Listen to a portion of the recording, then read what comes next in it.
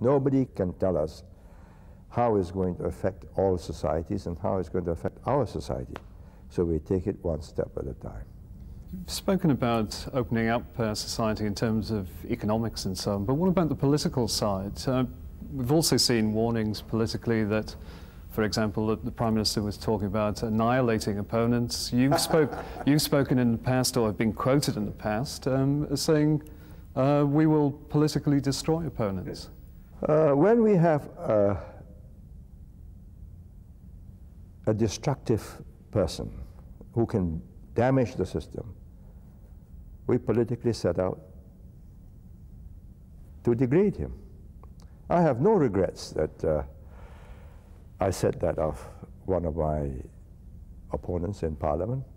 He was out to damage the system, and I think we have effectively negated him. So some of ours have had, fortunately these investments have been small, but they've been rocky.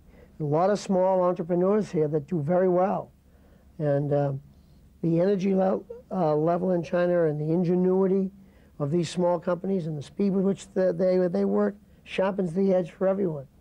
She's savvy, smart, and in charge of one of America's top corporations. And she's only in her mid-40s, a super saleswoman who recently became CEO of Hewlett-Packard, even though she had no experience of the computer industry. But mention the fact that she's a woman, and the atmosphere becomes distinctly frosty.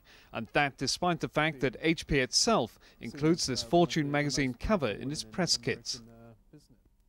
I think it is more important for me to focus on the business of HP and leading HP as successfully as I can, rather than to focus on whether I'm a man or a woman. And I hope over time others will do the same.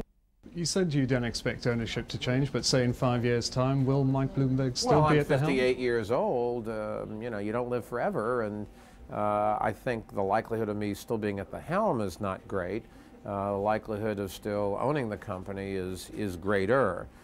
In my company, I'm trying to delegate new things all the time and wind up doing different things. But eventually, I'd like to devote my life to public service. And I think that the 7,000 employees of the company have a right to get new management. Are you then considering running for the position of mayor of New York? I think the mayor's job of New York, it's the second best job in the country. The first best job is up for grabs this year, and I've not chosen to go after that being Bill Clinton's job.